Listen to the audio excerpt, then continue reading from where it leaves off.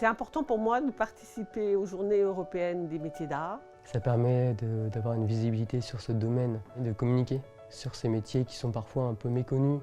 Alors je me considère plus comme une artiste qui souhaite avant tout partager. Moi, je me considère peut-être plus comme un artisan, artiste. Je pense que la frontière, elle est très proche en fait. Ce terme artiste, il est assez récent. Il y a des très grands peintres qui se considéraient beaucoup plus comme artisans que artistes en fait. Ce qui me plaît dans mon métier de professeur, avec les enfants, je peux leur permettre de n'avoir aucune limite et aucune barrière.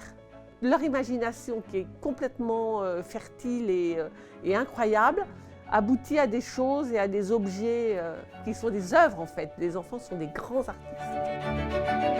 C'est toute une ambiance, un assemblage de choses, d'événements, de personnes, d'attitudes qui font que c'est au-delà de transmettre quelque chose.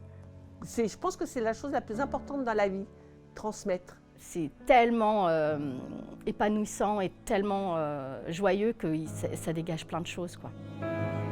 Transmettre, ça affirme aussi ses propres connaissances. Ça permet très souvent de les remettre en question.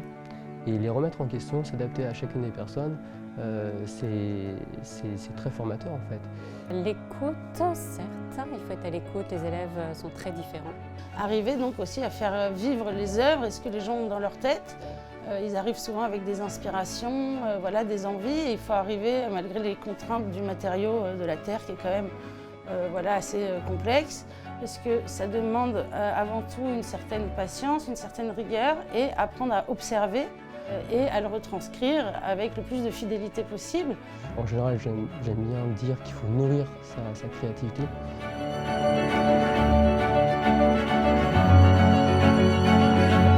Je leur mets une marche à suivre, ce que je peux leur apporter, ce qu'elles attendent de moi. Et après, ça va tout seul.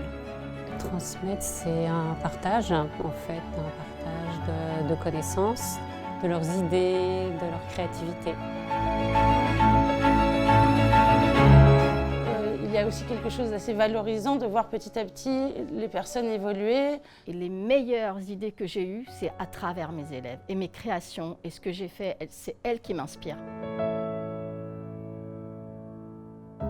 C'est praticable par tout le monde, absolument tout le monde. Et puis la plupart des gens ne savent pas ce qu'il y a en eux, donc il suffit qu'ils mettent les mains dans la terre et qu'on les accompagne correctement, et avec bienveillance surtout, pour qu'ils arrivent à aimer, oui.